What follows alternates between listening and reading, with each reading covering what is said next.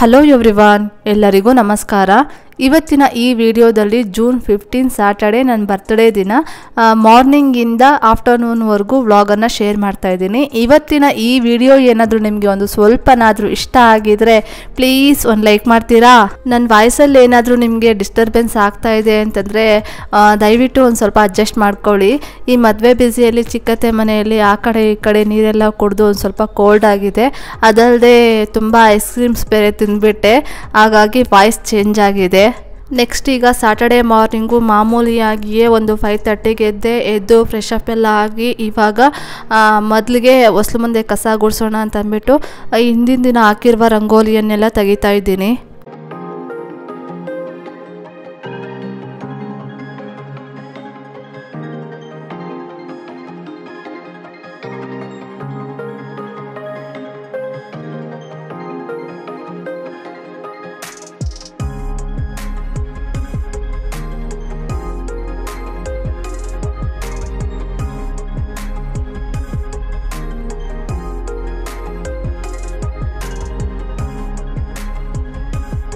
ಈಗ ಹೊಸ್ಲ ಮೇಲೆ ಹಾಕಿರುವ ರಂಗೋಲಿಯನ್ನೆಲ್ಲ ಒರೆಸ್ಕೊಂಡಿದ್ದಾಯಿತು. ಹಾಗೆ ಬಾಗಿಲ ಮೇಲೆ ಇಟ್ಟಿರುವಂಥ ಹೂಗಳನ್ನೂ ಅಷ್ಟೇ ತೆಗಿತೀನಿ. ಅದಾದಮೇಲೆ ತುಳಸಿ ಗಿಡದ ಮುಂದೆ ಹಾಕಿರುವಂತಹ ರಂಗೋಲಿಯನ್ನು ಒರೆಸ್ಕೊತೀನಿ. ಹಾಗೆ ತುಳಸಿ ಗಿಡಕ್ಕೆ ಇಟ್ಟಿರುವಂಥ ಹೂಗಳನ್ನೂ ಅಷ್ಟೇ ತೆಗಿತೀನಿ. ಆಮೇಲೆ ಕಾಮಧೇನು ಹಾಸುಗೆ ಇಟ್ಟಿರುವಂಥ ಹೂಗಳು ಮತ್ತು ದೇವ್ರ ಮನೆ ಮೇಲೆ ಇಟ್ಟಿರುವಂಥ ಹೂಗಳನ್ನು ಎಲ್ಲ ಕಡೆನೂ ನೀಟಾಗಿ ಕ್ಲೀನ್ ಮಾಡ್ಕೊಂಡು ಬರ್ತೀನಿ.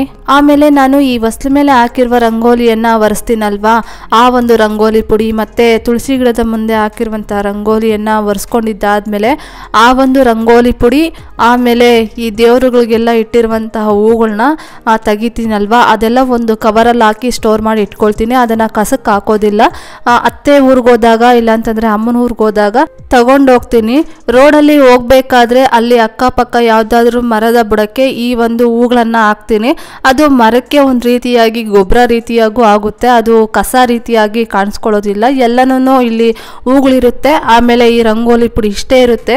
ಪ್ಲಾಸ್ಟಿಕ್ ಕವರ್ಸ್ ಆಗಿರ್ಬೋದು ಇದನ್ನೆಲ್ಲ ನಾನು ಏನು ಬಿಸಾಡೋದಕ್ಕೆ ಹೋಗೋದಿಲ್ಲ ಆ ಒಂದು ಮರದ ಬುಡಕ್ಕೆ. ಆಮೇಲೆ ನೀವು ಅನ್ಕೊಳ್ಬೋದು ಬಾಲ್ಕನಿಯಲ್ಲಿ ಹೂವಿನ ಪಾಟ್ಗಳಿರುತ್ತೆ ಅಲ್ವಾ, ಅದಕ್ಕೇನೆ ಹಾಕ್ಬೋದಲ್ವಾ ಮಂಜು ಅಂತಂದ್ಬಿಟ್ಟು ನೀವು ಕೇಳ್ಬೋದು. ತುಂಬ ಹೂವು ಇರುತ್ತೆ, ಪಾಟ್ಗಳಲ್ಲಿ ಹಾಕಕ್ಕೆ ಹೋದರೆ ಅದು ಸರಿ ಹೋಗೋದಿಲ್ಲ. ಹಾಗಾಗಿ ನಾನು ಸ್ಟೋರ್ ಮಾಡಿ ಇಟ್ಕೊಂಡು ಊರಿಗೆ ಹೋಗುವಾಗ ತಗೊಂಡೋಗಿ ಅಲ್ಲಿ ಮರದ ಬುಡಕ್ಕೆ ಹಾಕ್ತೀನಿ. ಆಮೇಲೆ ಈ ದೇವ್ರ ಹೂಗಳಿಂದ ಧೂಪಗಳನ್ನು ಮಾಡ್ಕೊಳ್ಬೋದು ಅಂತಂದ್ಬಿಟ್ಟು ಹೇಳ್ತಾ ಇರ್ತಾರೆ. ಈ ಹೂಗಳನ್ನೆಲ್ಲ ಒಣಗಿಸಿ ಇಟ್ಕೊಂಡು ಅದಕ್ಕೆ ರೋಸ್ ವಾಟ್ರು ಮತ್ತು ಪಚ್ಚೆ ಕರ್ಪೂರ ಆಮೇಲೆ ಜವಾದು ಪೌಡ್ರು ಇವನ್ನೆಲ್ಲ ಹಾಕ್ಬಿಟ್ಟು ಮಾಡ್ಕೊಳ್ಬೋದು ಅಂತಂದ್ಬಿಟ್ಟು ಹೇಳ್ತಿರ್ತಾರೆ. ಯಾವಾಗಾದರೂ ಟೈಮ್ ಸಿಕ್ಕಾಗ ಟ್ರೈ ಮಾಡಬೇಕು ಅಂತ ಅಂದ್ಕೊಂಡಿದ್ದೀನಿ. ಸದ್ಯಕ್ಕೆ ನಾನು ಹೊರಗಡೆನೇ ತೊಗೊಂಡೋಗಿ ಮರದ ಬುಡಕ್ಕೆ ಹಾಕ್ಬಿಟ್ಟು ಬರ್ತಾಯಿದ್ದೀನಿ. ನೆಕ್ಸ್ಟ್ ಇವಾಗ ಹೊಸ್ಲು ಮುಂದೆ ಕಸ ಗುಡಿಸಿದ್ದಾದಮೇಲೆ ಇವಾಗ ಮನೆ ಒಳಗಡೆ 4 ಬಾಲ್ಕನಿಯಲ್ಲಿ ಕಸ ಗುಡಿಸ್ತಾ ಇದ್ದೀನಿ. ಅದಾದಮೇಲೆ ಮನೆಯೆಲ್ಲ ಕಸ ಗುಡಿಸಿ TV ಯೂನಿಟ್ ಒರೆಸಿ ಮತ್ತು ಫ್ರಿಜ್ ಒರೆಸಿ ನನ್ನ ಹಸ್ಬೆಂಡು ಆಫೀಸ್ ಚೇರು ಆಫೀಸ್ ಟೇಬಲ್ಗಳೆಲ್ಲ ಒರೆಸಿದ್ದಾದಮೇಲೆ ಸ್ನಾನ ಮಾಡ್ಕೊಂಡು ಬಂದು ಪೂಜೆಗೆ ರೆಡಿ ಮಾಡ್ಕೊಳ್ತೀನಿ.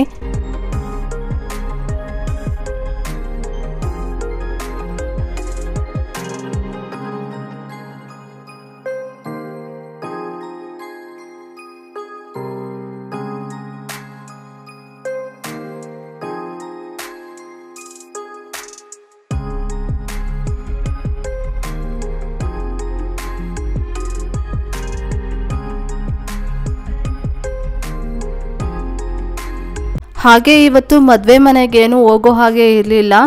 ಸಂಡೇ ಮಾರ್ನಿಂಗ್ ಒಂದು 7 ಇಂದ 8 o'clockವರೆಗೂ ಮುಹೂರ್ತ ಇದ್ದಿದ್ದು. ನಾವು ಸಂಡೇ ಮಾರ್ನಿಂಗು ಹೋಗಬೇಕಾಗಿತ್ತು. ಅದಾದಮೇಲೆ ರಿಸೆಪ್ಷನ್ ಬಂದು ಸಂಡೇ ನೈಟ್ ಇಟ್ಕೊಂಡಿದ್ರು. ಸಂಡೇ ನೈಟೂ ಹೋಗಬೇಕಾಗಿತ್ತು. ಇವತ್ತು ನಮಗೊಂದು ಸ್ವಲ್ಪ ಫ್ರೀ ಸಿಕ್ತು. ಥರ್ಸ್ಡೇನೂ ಹೋಗಿದ್ದೀವಿ, ಫ್ರೈಡೇನೂ ಹೋಗಿದ್ದೀವಿ, ಇನ್ನು ಸಂಡೇನೂ 2 times ಹೋಗಬೇಕಾಗುತ್ತೆ. ಸ್ಯಾಟರ್ಡೇ ಮಾತ್ರ ನನ್ನ ಬರ್ತ್ಡೇ ಇತ್ತು, ಹಾಗಾಗಿ ಒಂದು ಸ್ವಲ್ಪ ನನಗೆ ಫ್ರೀ ಸಿಕ್ತು. ಮನೆ ಕೆಲಸಗಳೆಲ್ಲ ಮಾಡ್ಕೊಳ್ಳೋ ಹಾಗೆ ಆಯಿತು. ಇನ್ನು ನನ್ನ ಬರ್ತ್ಡೇ ಅಂತಂದರೆ ನಾನೇನೋ ಅಷ್ಟೊಂದು ಗ್ರ್ಯಾಂಡಾಗೆಲ್ಲ ಮಾಡ್ಕೊಳ್ಬೇಕು ಅಂತ ಇಷ್ಟಪಡೋದಿಲ್ಲ. ಹೊಸ ಬಟ್ಟೆ ಯಾವುದಾದ್ರೂ ಇದ್ರೂ ಸರಿಯೇ ಅದನ್ನೇ ಹಾಕ್ಕೊಳ್ತೀನಿ. ಆಮೇಲೆ ಮನೆಯಲ್ಲಿ ಪೂಜೆ ಮಾಡಿಬಿಟ್ಟು ಆಮೇಲೆ ಯಾವುದಾದ್ರೂ ದೇವಸ್ಥಾನಕ್ಕೆ ಹೋಗಿ ಬರೋದಕ್ಕೆ ಇಷ್ಟಪಡ್ತೀನಿ. ಅದರಲ್ಲೂ ನಾನು ರಾಮರ ದೇವಸ್ಥಾನಕ್ಕೆ ಹೋಗೋದಕ್ಕೆ ತುಂಬ ಇಷ್ಟಪಡ್ತೀನಿ. ಮೊದಲೆಲ್ಲ ನನಗೆ ರಾಮರ ದೇವಸ್ಥಾನ ಅಷ್ಟಾಗಿ ನನಗೆ ಅವೈಲಬಲ್ ಇರಲಿಲ್ಲ. ಹಾಗಾಗಿ ಮದುವೆ ಆದಮೇಲೆ ನಾವು ನಮ್ಮ ಮನೆ ದೇವರು ಲಕ್ಷ್ಮೀ ನರಸಿಂಹಸ್ವಾಮಿ ದೇವಸ್ಥಾನಕ್ಕೆ ಹೋಗಿ ಬರ್ತಿದ್ವಿ. ಇಲ್ಲಿಗೆ ಬಂದ ಹಾಸನಾಗಿಂದ ನಮಗೆ ಒಂದು ಸ್ವಲ್ಪ ಹತ್ತಿರದಲ್ಲೇ ರಾಮರ ದೇವಸ್ಥಾನ ನಮಗೆ ಸಿಕ್ತು. ಹಾಗಾಗಿ ರಾಮರ ದೇವಸ್ಥಾನಕ್ಕೆ ಹೋಗಿ ಬಂದ್ವಿ ಈ ವರ್ಷ. ಆಮೇಲೆ ನನ್ನ ಹಸ್ಬೆಂಡ್ಗೆ ನನ್ನ ಬರ್ತ್ಡೇ ದಿನ ಈ ವರ್ಷ ಅಂತೂ ತುಂಬ ಅಂದರೆ ತುಂಬಾ ಬೇಜಾರಾಗೋಯ್ತು.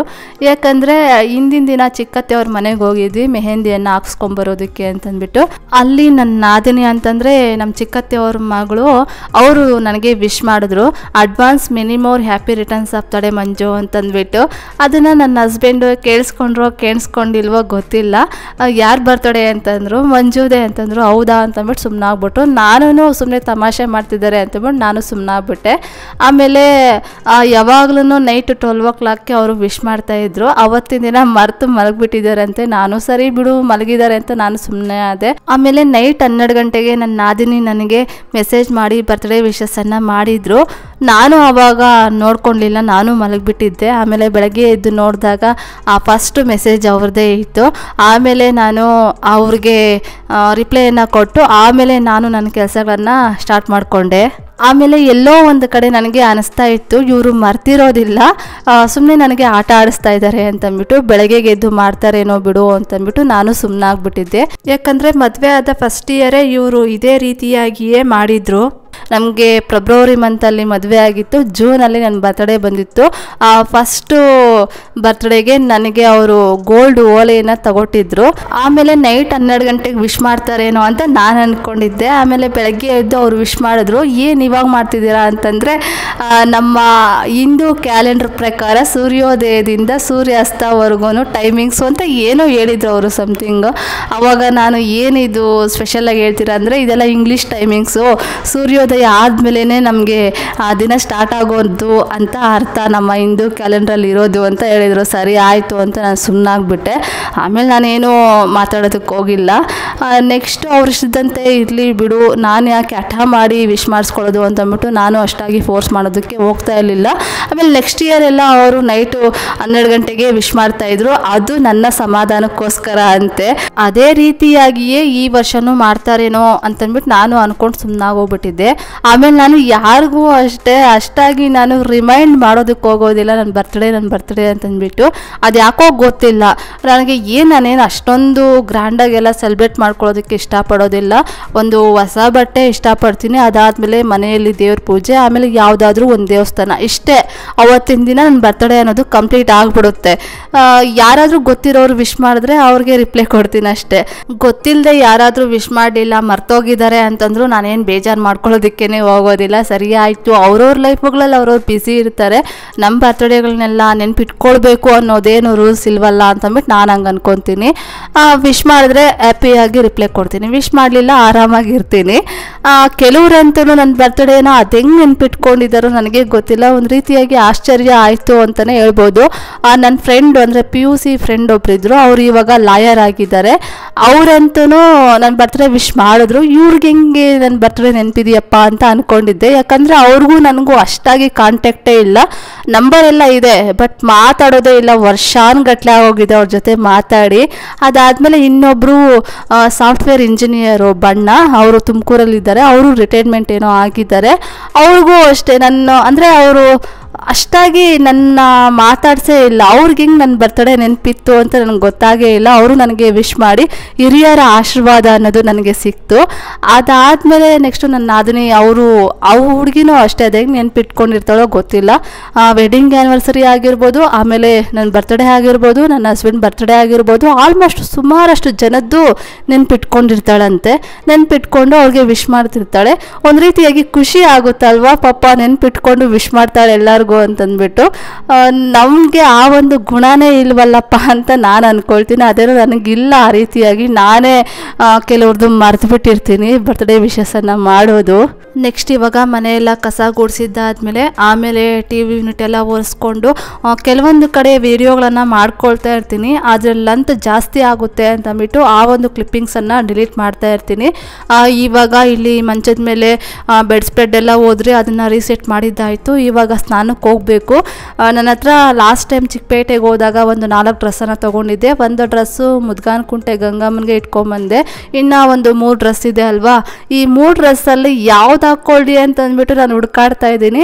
ಆಗ ನನ್ನ ಹಸ್ಬೆಂಡು ಸಹ ಹೇಳ್ತಾ ಇದ್ರು, ಇವತ್ತು ಈ ಡ್ರೆಸ್ ಹಾಕ್ಕೊತೀಯಾ ಅಂತ ಕೇಳ್ತಾ ಇದ್ರು. ಹೌದು ಹಾಕ್ಕೊಳ್ತೀನಿ ಅಂತ ಹೇಳಿದೆ. ಸ್ಯಾಟರ್ಡೆ ಅಲ್ವಾ ಅಂತಂದರು. ಆದರೆ ಏನಂತೆ ಹಾಕ್ಕೊಳ್ತೀನಿ, ಬಾಗಿಲ ಮೇಲೆ ಒಂಚೂರು ಡ್ರೆಸ್ಸನ್ನು ಒಂದು 5 ಮಿನಿಟ್ಸ್ ಹಾಕ್ಬಿಟ್ಟು ಆಮೇಲೆ ಹಾಕ್ಕೊಳ್ತೀನಿ ಅಂತ ಹೇಳಿದೆ. ಅವಾಗಲೂ ಅವ್ರಿಗೆ ನೆನಪೇ ಬರಲಿಲ್ಲ. ಸರಿ ಆಯಿತು ನಿನ್ನಿಷ್ಟ ಅಂತ ಹೇಳಿದ್ರು. ಆಮೇಲೆ ನಾನು ಸ್ನಾನ ಮಾಡ್ಕೊಂಡು ಬಂದು ರೆಡಿ ಆಗ್ತಾ ಇದ್ದೆ. ಆಗ ನನ್ನ ತಮ್ಮ ಕಾಲ್ ಮಾಡಿ ನನಗೆ ಬರ್ತ್ಡೇ ವಿಶಸ್ಸನ್ನು ಮಾಡ್ದ. ಆವಾಗ ನಾನು ಥ್ಯಾಂಕ್ ಯು ಸೋ ಮಚ್ ಅಪ್ಪ ಅಂತಂದೆ.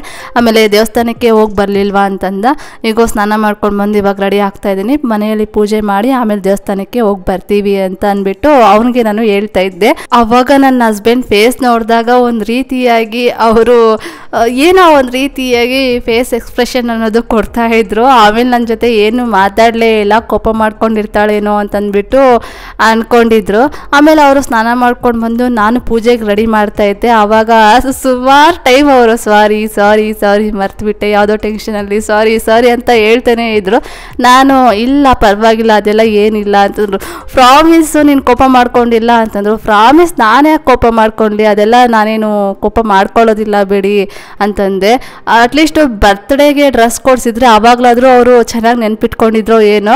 ನಾನು ಡ್ರೆಸ್ಸು ಕೇಳಲಿಲ್ವಲ್ಲ, ಹಾಗಾಗಿ ಅವರು ಫುಲ್ ಮರ್ತುಬಿಟ್ಟಿದ್ದಾರೆ. ಅದಲ್ಲದೆ ಈ ವರ್ಷ ಮನೆ ಮಾಡ್ಕೊಂಡ್ವಲ್ವಾ, ಸುಮಾರಷ್ಟು EMIಗಳಿತ್ತು, ಅದನ್ನೆಲ್ಲ 1 by 1 ಕ್ಲಿಯರ್ ಮಾಡಬೇಕಲ್ವಾ. ಆ ಒಂದು ಟೆನ್ಷನಲ್ಲಿ ಅವರು ಮರ್ತಿರ್ತಾರೆ ಅಂತ ನಾನು ಅರ್ಥ ಮಾಡಿಕೊಂಡೆ. ಈ ಒಂದು ಟೆನ್ಷನ್ ಇಲ್ಲದೇನೋ ಅವರು ಮರ್ತಿದ್ರು ಸಹಿತ ನಾನೇನು ಬೇಜಾರು ಮಾಡ್ಕೊಳ್ತಾ ಇರಲಿಲ್ಲ. ಆಮೇಲೆ ನಾನು ಅವ್ರಿಗೆ ಬೇಜಾರೇನೋ ಆಗಿಲ್ಲ ಅಂತ ಹೇಳಿದ್ರು ಸಹಿತ ಅವರು ಪದೇ ಪದೇ ಕೇಳ್ತಾನೆ ಇದ್ರು, ನಿನಗೇನು ಬೇಜಾರಾಗಿಲ್ವಾ ನಿನಗೇನು ಬೇಜಾರಾಗಿಲ್ವಾ ಅಂತಂದ್ಬಿಟ್ಟು. ಇಲ್ಲ ನನಗೇನು ಬೇಜಾರಾಗಿಲ್ಲ ಅಂತ ಹೇಳ್ತಾ ಇದ್ರು, ಕೇಳ್ತಾನೆ ಇದ್ರು ದೇವಸ್ಥಾನಕ್ಕೆ ಹೋಗಿ ಬರೋವರೆಗೂ. ಹಾಗೆ ನಾನೇನು ಅರ್ಥ ಮಾಡ್ಕೊಂಡಿದ್ದೀನಿ ಅಂತಂದರೆ, ಗಂಡ ಹೆಂಡತಿ ಮಧ್ಯೆ ಈ ಥರ ಚಿಕ್ಕ ಚಿಕ್ಕ ವಿಷಯಕ್ಕೆಲ್ಲ ಬೇಜಾರು ಮಾಡ್ಕೊಳ್ಳೋದು, ಕೋಪ ಮಾಡ್ಕೊಳ್ಳೋದು ಅದೆಲ್ಲ ಇರಬಾರ್ದು. ಯಾವುದಾದ್ರೂ ಸೀರಿಯಸ್ ಮ್ಯಾಟರ್ಗೆ ಬೇಜಾರು ಮಾಡ್ಕೊಳ್ಬೇಕು, ಕೋಪ ಮಾಡ್ಕೊಳ್ಬೇಕು ಅಂತ ನಾನು ಅಂದ್ಕೊಳ್ತೀನಿ. ಸಣ್ಣ ಪುಟ್ಟ ವಿಚಾರಕ್ಕೆಲ್ಲ ನಾನು ವಾದ ಮಾಡೋದಾಗಿರ್ಬೋದು, ಜಗಳ ಮಾಡೋದಾಗಿರ್ಬೋದು, ಬೇಜಾರು ಮಾಡ್ಕೊಳ್ಳೋದಾಗಿರ್ಬೋದು, ಈ ರೀತಿಯಾಗೆಲ್ಲ ಮಾಡೋದಿಲ್ಲ. ಆಮೇಲೆ ನಾನು ಪ್ರತಿಯೊಂದು ಸ್ಟೇಜಲ್ಲೂ ಅಷ್ಟೇ, ನಾನು ಇನ್ನೊಬ್ಬರಿಗೆ ಹೊರೆಯಾಗಿ ಇರೋದಕ್ಕೆ ಇಷ್ಟಪಡೋದಿಲ್ಲ. ಮದುವೆಗೂ ಮುಂಚೆ ನಮ್ಮಪ್ಪ ಅಮ್ಮನಿಗೆ ಹೊರೆಯಾಗಿರಬಾರ್ದು ಅಂತ ಅಂದ್ಕೊಳ್ತಾ ಇದ್ದೆ. ಮದುವೆ ಆದಮೇಲೆ ನನ್ನ ಹಸ್ಬೆಂಡ್ಗೆ ಹೊರೆಯಾಗಿರಬಾರ್ದು ಅಂತ ಅಂದ್ಕೊಂಡು ಅದೇ ರೀತಿಯಾಗಿಯೇ ಇದ್ದೀನಿ. ಇವಾಗ ನನ್ನ ಬರ್ತ್ಡೇ ಬಂದರೂ ಅಷ್ಟೇ, ಸಿಂಪಲ್ಲಾಗಿ ಡ್ರೆಸ್ ಕೊಡಿಸ್ಕೊಡೋದಾದರೆ ಕೊಡಿಸ್ಕೊಡ್ಲಿ, ಇಲ್ಲ ಅಂತಂದರೆ ಬೇಡ ಅಂತ ಹೇಳ್ತೀನಿ, ಇರೋದ್ರಲ್ಲೇ ಅಡ್ಜಸ್ಟ್ ಮಾಡ್ಕೊಳ್ತೀನಿ. ಹಾಗೆ ನಾನು ನನ್ನ ಹಸ್ಬೆಂಡಿಂದ ಏನು ಎಕ್ಸ್ಪೆಕ್ಟೇಷನ್ ಮಾಡ್ತಾ ಇರ್ತೀನಿ ಯಾವಾಗಲೂ ಅಂತಂದರೆ, ಇವತ್ತು ಬರ್ತ್ಡೇ ದಿನ ಸ್ಪೆಷಲ್ ದಿನ ಅಲ್ವಾ, ಇವತ್ತಿನ ದಿನದ ಸ್ಪೆಷಲ್ ಏನೇನಿರುತ್ತೆ ಅಂತಂದರೆ, ಮಾಮೂಲಿಯಾಗಿ ಬಟ್ಟೆ ಕೊಡಿಸ್ತಾರೆ, ಆಮೇಲಿಂದ ಯಾವುದಾದ್ರೂ ಟೆಂಪಲ್ಗೆ ಕರ್ಕೊಂಡು ಹೋಗ್ತಾರೆ, ಆಮೇಲೆ ರೆಸ್ಟೋರೆಂಟಿಗೆ ಕರ್ಕೊಂಡು ಹೋಗ್ತಾರೆ, ಆಮೇಲೆ ಕೇಕ್ ಕಟ್ ಮಾಡಿಸ್ತಾರೆ, ಇನ್ನೇನಾದರೂ ಗಿಫ್ಟು ಕೊಡೋದಿದ್ರೆ ಕೊಡ್ತಾರೆ. ಇದೆಲ್ಲನೂ ಇರುತ್ತೆ ಅಲ್ವಾ. ಇದೆಲ್ಲ ತಪ್ಪು ಅಂತಲೂ ನಾನು ಹೇಳ್ತಾ ಇಲ್ಲ, ಇದು ಅವರವರ ಲೈಫ್ ಎಂಜಾಯ್ಮೆಂಟ್ ಅಷ್ಟೇ. ನನ್ನ ಲೈಫಲ್ಲಿ ನಾನೇನಂತ ಅಂದ್ಕೊಳ್ತೀನಿ ಅಂತಂದರೆ, ಪ್ರತಿದಿನವೂ ಒಂದೇ ದಿನ ರೀತಿಯಾಗಿರಬೇಕು ಅಂತಂದರೆ, ಇವತ್ತು ನನ್ನ ಬರ್ತ್ಡೇ ದಿನ ಅಂತಂದ್ಬಿಟ್ಟು ಹೆಚ್ಚಾಗಿ ಪ್ರೀತಿ ತೋರಿಸೋದು, ನಾಳೆ ನನ್ನ ಬರ್ತ್ಡೇ ಏನೂ ಇಲ್ಲ ಅಂತಂದ್ಬಿಟ್ಟು ಇರ್ತಾಳೆ ಬಿಡು, ತಿಂತಾಳೆ ಬಿಡು, ಎಲ್ಲೋ ಇರ್ತಾಳೆ ಬಿಡು ಅಂತ ಈ ರೀತಿಯಾಗೆಲ್ಲ ಕೇರ್ಲೆಸ್ ಆಗಿ ಇದ್ದರೆ ನನಗೆ ಸಹಿಸ್ಕೊಳ್ಳೋದಕ್ಕೆ ತುಂಬ ಅಂದರೆ ತುಂಬಾ ಕಷ್ಟ ಆಗುತ್ತೆ. ನಾವು ಮದುವೆ ಆದಾಗ ಫಸ್ಟ್ ಡೇ ಹೆಂಗಿದ್ವೋ ಕೊನೆವರೆಗೂ ಅದೇ ರೀತಿಯಾಗಿರಬೇಕು ಅನ್ನೋದೊಂದೇ ನನ್ನ ಆಸೆ. ಆಮೇಲೆ ನಾನಿಲ್ಲಿ ನನ್ನ ಸಬ್ಸ್ಕ್ರೈಬರ್ಸ್ಗೆ ಒಂದು ಸಜೆಷನ್ ಕೊಡೋದಕ್ಕೆ ಇಷ್ಟಪಡ್ತೀನಿ. ನಿಮ್ಗೆ ಇಷ್ಟ ಆದರೆ ಆಗ್ಬೋದು, ಆಗದೇನೂ ಇರ್ಬೋದು. ನಾವು ಯಾರಿಂದಾದ್ರೂ ನಾವು ಎಕ್ಸ್ಪೆಕ್ಟೇಷನ್ ಇಟ್ಕೊಂಡಾಗ ಅವರು ಆ ಎಕ್ಸ್ಪೆಕ್ಟೇಷನ್ ತಕ್ಕಂಗೆ ಮಾಡಲಿಲ್ಲ ಅಂತಂದರೆ ನಮಗೆ ತುಂಬ ಅಂದರೆ ತುಂಬಾ ಬೇಜಾರಾಗುತ್ತೆ, ತುಂಬ ಹರ್ಟ್ ಆಗುತ್ತೆ. ಅದೇ ನಾವು ಯಾರಿಂದನೂ ಒಂದು ಸಣ್ಣ ಎಕ್ಸ್ಪೆಕ್ಟೇಷನ್ನು ಇಟ್ಕೊಂಡೆ ನಮ್ಮ ಪಾಡಿಗೆ ನಾವು ಲೈಫನ್ನು ಲೀಡ್ ಮಾಡ್ತಾಯಿದ್ರೆ ನಮಗೆ ಹರ್ಟ್ ಅನ್ನೋದೇ ಆಗೋದಿಲ್ಲ, ಬೇಜಾರೂ ಆಗೋದಿಲ್ಲ. ಅಂದರೆ ಈಗ ನಿಮಗಿಲ್ಲಿ ಒಂದು ಡೌಟ್ ಬರ್ಬೋದು, ನೀವು ನಿಮ್ಮ ಹಸ್ಬೆಂಡಿಂದ ಪ್ರೀತಿ ಅನ್ನೋ ಒಂದು ಎಕ್ಸ್ಪೆಕ್ಟೇಷನ್ ಇಟ್ಕೊಂಡಿದ್ದೀರಲ್ವಾ ಮಂಜು ಅಂತಂದ್ಬಿಟ್ಟು. ಇಟ್ಕೊಂಡಿದ್ದೀನಿ. ಅದು ಯಾವ ರೀತಿಯಾಗಿ ಇಟ್ಕೊಂಡಿದ್ದೀನಿ ಅಂತಂದರೆ, ಇವಾಗ ಅವರೆಲ್ಲೋ ಕೆಲಸದ ಮೇಲೆ ಹೊರಗಡೆ ಹೋಗಿರ್ತಾರೆ, ಟೈಮ್ ಸಿಕ್ಕಿದ್ರೆ ನನಗೆ ಕಾಲ್ ಮಾಡಿ ಹೇಳ್ತಾರೆ, ಈ ರೀತಿಯಾಗಿ ಮನೆಗೆ ಬರೋದಕ್ಕಾಗೋದಿಲ್ಲ ಊಟ ಮಾಡೋದಕ್ಕೆ, ನೀನು ಊಟ ಮಾಡ್ಕೊಂಬಿಡು, ನಾನು ಇಲ್ಲೇ ಮಾಡ್ಕೊಳ್ತೀನಿ ಅಂತ ಹೇಳ್ತಾರೆ. ಪ್ರತಿ ಸಲನೂ ಇದೇ ರೀತಿಯಾಗಿ ಮಾಡ್ತಾರೆ. ಒಂದು ವೇಳೆ ಮಾಡೋದಕ್ಕಾಗಲಿಲ್ಲ ಅಂತಂದರೆ ಒಂದು ಮೆಸೇಜ್ ಆದರೂ ಹಾಕ್ತಾರೆ. ಇನ್ನೂ ಕೆಲವೊಂದು ಸಲ ಅವ್ರಿಗೆ ಮಾಡೋದಕ್ಕೇ ಆಗಲಿಲ್ಲ ಅಂತಂದರೆ ನಾನು ಸಂಜೆವರೆಗೂ ಅದೇ ರೀತಿಯಾಗಿ ಉಪವಾಸದಲ್ಲೇ ಇರ್ತೀನಿ. ಆಮೇಲೆ ಅವ್ರ ಮನೆಗೆ ಬಂದ ಮೇಲೆ ನಾನು ಹಸ್ಕೊಂಡಿರ್ತೀನಲ್ವ, ಕೋಪ ಮಾಡ್ಕೊಳ್ಳೋದಕ್ಕೆ ಹೋಗೋದಿಲ್ಲ. ಅಲ್ಲಿ ಏನಾಯಿತು ಅಂತ ತಿಳ್ಕೊಳ್ಳೋದಕ್ಕೆ ಟ್ರೈ ಮಾಡ್ತೀನಿ. ಅವ್ರನ್ನ ಕೇಳ್ತೀನಿ, ಏನಾಯಿತು ಅಲ್ಲಿ, ಯಾಕೆ ಮೆಸೇಜ್ ಮಾಡಿಲ್ಲ ನೀವು, ಯಾಕೆ ಒಂದು ಕಾಲು ಮಾಡಲಿಲ್ಲ ಅಂತ ಕೇಳ್ತೀನಿ. ಈ ರೀತಿಯಾಗಿ ಅವರು ಬ್ಯುಸಿ ಇದ್ದೆ ಅಂತ ಹೇಳಿದ್ರೆ ಸರಿ ಆಯಿತು ಅಂತಂದ್ಬಿಟ್ಟು, ನಾನು ಯಾಕೆ ಊಟ ಮಾಡಲಿಲ್ಲ ಅಂತಂದರೆ ಅವರು ಹೊರಗಡೆ ಹೋಗಿದ್ದಾರೆ. ಅವರು ಅಲ್ಲಿ ಇನ್ ಟೈಮ್ಗೆ ಊಟ ಮಾಡಿದ್ರೋ ಇಲ್ವೋ ಅನ್ನೋ ಯೋಚನೆ ನನಗಾಗ್ತಾ ಇರುತ್ತೆ. ಅವ್ರೇನಾದರೂ ಊಟ ಮಾಡಿದರೆ ಕಾಲ್ ಮಾಡೋದಕ್ಕೆ ಆಗದೆ ಇದ್ದರೂ ಪರವಾಗಿಲ್ಲ, ಅಟ್ಲೀಸ್ಟ್ ಒಂದು ಮೆಸೇಜ್ ಆದರೂ ಮಾಡ್ತಾ ಇದ್ರು. ಮೆಸೇಜು ಮಾಡಲಿಲ್ಲ ಅಂತಂದರೆ ಅವರು ಊಟನೇ ಮಾಡಿರೋದಿಲ್ಲ, ಅಷ್ಟೊಂದು ಬ್ಯುಸಿ ಇರ್ತಾರೆ ಅಂತ ಅಂದ್ಬಿಟ್ಟು ನಾನು ಅರ್ಥ ಮಾಡ್ಕೊಂಡಿರ್ತೀನಿ. ಅದೇ ರೀತಿಯಾಗಿಯೇ ಅವರು ಮಾಡಿರ್ತಾರೆ. ಮತ್ತೆ ಮನೆಗೆ 3 ಗಂಟೆ 4 ಗಂಟೆಗೆ ಮನೆಗೆ ಬಂದಾಗ ಊಟ ಮಾಡಿರೋದಿಲ್ಲ. ಅವರು ಊಟ ಮಾಡಿದ್ರೆ ಅಟ್ಲೀಸ್ಟ್ ಅವರೊಂದು ಮೆಸೇಜ್ ಆದರೂ ಮಾಡಿರ್ತಾರೆ. ಇದು ನಮ್ಮಿಬ್ಬರ ಅಂಡರ್ಸ್ಟ್ಯಾಂಡಿಂಗು. ಇದರಲ್ಲಿ ನಮಗೆ ಮನಸ್ತಾಪಗಳಂತ ಏನೂ ಬರೋದೇನೇ ಇಲ್ಲ. ಆಮೇಲೆ ಮನೆಗೆ ಬಂದ ಮೇಲೆ ಆವಾಗ ಊಟ ಮಾಡೋದಕ್ಕಾದರೆ ಊಟ ಮಾಡ್ತೀವಿ, ಇಲ್ಲಾಂದರೆ ಜಸ್ಟ್ ಸ್ನ್ಯಾಕ್ಸ್ ತಿನ್ನೋದಾದರೆ ಸ್ನ್ಯಾಕ್ಸ್ ತಿನ್ಕೊತೀವಿ. ಈ ವಿಚಾರವಾಗಿ ನಮಗೆ ಯಾವತ್ತೂ ಅಷ್ಟೇ ಮನಸ್ತಾಪಗಳು ಬಂದೇ ಇಲ್ಲ. ನೆಕ್ಸ್ಟ್ ಇನ್ನೂ ಒಂದು ಫನ್ನಿ ಇನ್ಸಿಡೆಂಟ್ ಏನು ಅಂತಂದರೆ ಪದ್ಮಕ್ಕ ಅವ್ರದ್ದು. ಅವರು ಅಷ್ಟೇ ಪಾಪ ನನ್ನ ಬರ್ತ್ಡೇನ ಮರ್ತೇ ಬಿಟ್ಟಿದ್ರು. ಅವರು ಮಗನಿಗೆ ಕಾಲೇಜ್ ಅಡ್ಮಿಷನ್ ಮಾಡಿಸೋ ಬ್ಯುಸಿಯಲ್ಲಿ ಅವರಿದ್ದರು. ಅವರು ಅದೊಂದು ಇದೊಂದು ಮಾತಾಡ್ತಾಯಿದ್ರು. ಸಾಟರ್ಡೆ ಅವ್ರು ಕಾಲ್ ಮಾಡಿದ್ದಾಗ ಅದೊಂದು ಇದೊಂದು ಅಂತ ಈ ರೀತಿಯಾಗಿ ಮಾತಾಡ್ತಾ ಇದ್ವಿ. ಅದಾದಮೇಲೆ ನಾವು ದೇವಸ್ಥಾನಕ್ಕೆ ಹೋಗಿ ಬಂದ್ವಕ್ಕ ಅಂತ ಹೇಳಿದೆ. ಅವರು ಹೌದಾ ಹೋಗಿ ಬಂದ್ರಾ ಅಂತಂದ್ಬಿಟ್ಟು, ಯಾವಾಗಲೂ ಹೋಗಿ ಬನ್ನಿ, ರಾಮರ ದೇವಸ್ಥಾನ ಹೆಂಗೂ ಹತ್ರ ಇದೆ, ನಿನಗೂ ರಾಮ ಅಂದರೆ ತುಂಬ ಇಷ್ಟ ಅಲ್ವಾ ಮಂಜು, ಯಾವಾಗಲೂ ಫ್ರೀ ಮಾಡಿಕೊಂಡು ಹೋಗ್ಬಾ ಅಂತಂತ ಹೇಳ್ತಾ ಇದ್ರು. ಇಲ್ಲ ಅಕ್ಕ ಆಗೋದಿಲ್ಲ, ನಾನೆಲ್ಲ ಸ್ತೋತ್ರಗಳೆಲ್ಲ ಹೇಳ್ಕೊಳ್ಳೋಷ್ಟರಲ್ಲಿ ಟೈಮೇ ಆಗ್ಬಿಡುತ್ತಕ್ಕ ಅಂತ ನಾನು ಹೇಳ್ತಾ ಇದ್ದೆ. ಸ್ಯಾಟರ್ಡೆ ದಿನ ಸ್ಕಿಪ್ ಮಾಡು, ಅವತ್ತೊಂದು ದಿನ ಸ್ಕಿಪ್ ಮಾಡಿ ಟೆಂಪಲ್ಗೆ ಹೋಗ್ಬಾ ಅಂತ ಹೇಳ್ತಾ ಇದ್ರು.